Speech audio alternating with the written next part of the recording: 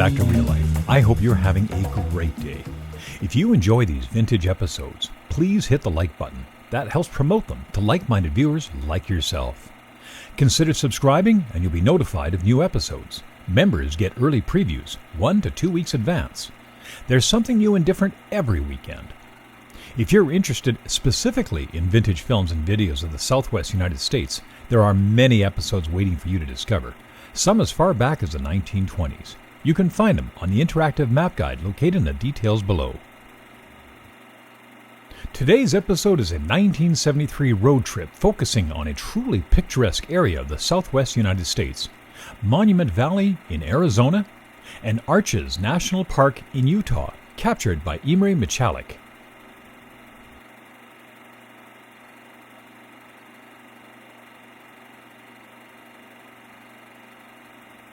Monument Valley is a region of the Colorado Plateau characterized by a cluster of sandstone buttes, with the largest reaching 1,000 feet or 300 meters above the valley floor. The most famous butte formations are located in northeastern Arizona along the Utah-Arizona state line. The valley is considered sacred by the Navajo Nation, the Native American people within whose reservation it lies. The elevation of the valley floor ranges from 5,000 to 6,000 feet above sea level. The floor is largely siltstone of the Cutler Group, or sand derived from it, deposited by the meandering rivers that carved the valley. The valley's vivid red coloration comes from iron oxide exposed in the weathered siltstone. The darker blue-gray rocks in the valley get their color from magnesium oxide. The buttes arising from the valley floor are clearly stratified with 3 principal layers. The lowest layer is the Organ Rock Shale, the middle is the DeChelly Sandstone, and the top layer is the Montcopy Formation capped by Shinnerump Conglomerate. Major rock formations include West and East Mitten Buttes, Merrick Butte, Hunts Mesa, Eagle Mesa, Sentinel Mesa, Brigham's Tome, Castle Rock, Stagecoach, Big Indian, Rain God Mesa, Spearhead Mesa, Mitchell Mesa, and numerous others. Another notable formation is Totem Pole, a highly eroded butte remnant. The valley also includes large stone structures, such as the Eye of the Sun. Geography aside, Monument Valley has been featured in many forms of media since the 1930s. Famed director John Ford used the location for several of his westerns. Film critic Keith Phipps wrote that its 5 square miles have defined what decades of moviegoers think when they imagine the American West. Despite its small footprint, culturally, it has had an outsized impact by its portrayal in American film and television. Easy Rider, Forrest Gump, Back to the Future, and of course, Wile E. Coyote and Roadrunner cartoons. It has graced album covers and advertising throughout the 20th century. The 1985 Best of the Eagles album, Al Stewart's 1978 Time Passages album, and the 2003 Led Zeppelin Live on DVD being a few examples.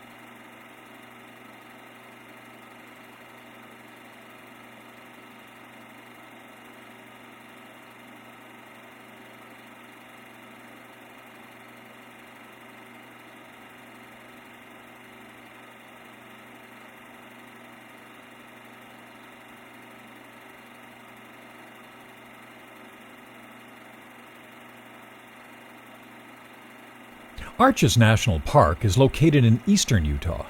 The park is adjacent to the Colorado River, 4 miles or 6 kilometers north of Moab, Utah.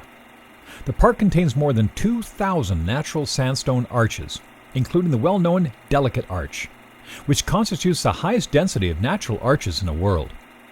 It also contains a variety of other unique geological resources and formations. The national park lies above an underground evaporate layer or salt bed, which is the main cause of the formation of the arches, spires, balanced rocks, sandstone fins, and eroded monoliths in the area. Delicate Arch is a 52-foot tall freestanding natural arch. The arch is the most widely recognized landmark in Arches National Park and is depicted on Utah license plates and a postage stamp commemorating Utah's centennial anniversary of admission to the Union in 1896. The Olympic torch relay for the 2002 Winter Olympics passed through the arch. This salt bed is thousands of feet thick in places and was deposited in the Paradox Basin of the Colorado Plateau some 300 million years ago, when a sea flowed into the region and eventually evaporated. Over millions of years, the salt bed was covered with debris eroded from the Uncompahgre uplift to the northeast. During the early Jurassic period about 200 million years ago, desert conditions prevailed in the region and the vast Navajo sandstone was deposited. An additional sequence of stream-laid and wind-blown sediments, the Entrada sandstone about 140 million years ago, was deposited on top of the Navajo. Over 5,000 feet of younger sediments were deposited and have been mostly eroded. Remnants of the cover exist in the area include exposures of the Cretaceous Mancos Shale. The arches of the area are developed mostly within the Entrada Formation. Although the park's terrain may appear rugged and durable, it is extremely fragile. More than 1 million visitors each year threaten the fragile high desert ecosystem. The problem lies within the soil's crust, which is composed of cyanobacteria, algae, fungi, and lichens that grow in the dusty parts of the park. Factors that make Arches National Park sensitive to visitors' damage include being a semi-arid region, the scarce, unpredictable rainfall, lack of deep freezing, and lack of plant litter, which results in soils that have both a low resistance to and slow recovery from compressional forces such as foot traffic. These two parks are true visual wonders worth exploring in person. The harsh midday sun can be challenging to work with. If you're going to take photos or video, you may want to try capturing those shots around the golden hour, as the light becomes almost ethereal and the shadow cast can create art gallery quality imagery.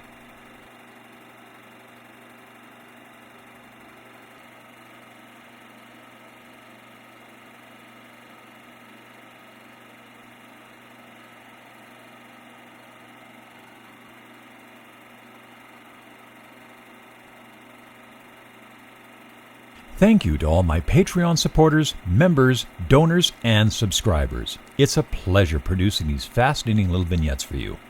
If you really enjoyed it, hit the thanks button, as this will contribute to the 4K film scanner that arrives this December. With your generous support, the 4K upgrade project will be a reality this January. Have a great day, be kind, and we'll see you again next time on Real Life.